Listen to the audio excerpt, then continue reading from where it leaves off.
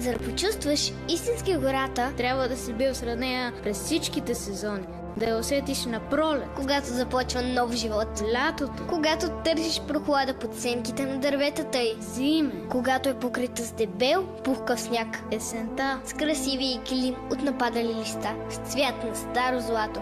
Направиш ли това, завинаги обикваш гората.